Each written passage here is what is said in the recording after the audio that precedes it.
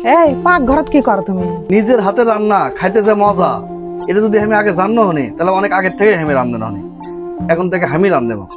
ও তাই, ঘরত নিয়ে আসো তাহলে আজকে তোমার রান্ধন খাবো। কি রান্ধিস আজকে? বেগুন দিয়ে ইসে মাছ। তাই কিসের রান্ধন? কেরা বাগুন দিয়ে ইলিশ মাছ দিয়ে রান দিবি না শৌল মাছ দিয়ে রান দিবি? ইসা মাছ দেখে খায়।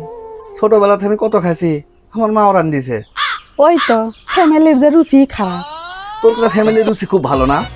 আমার ফ্যামিলি কি করছে? আমার ফ্যামিলির আবার রুচি খারাপ হলে কিভাবে?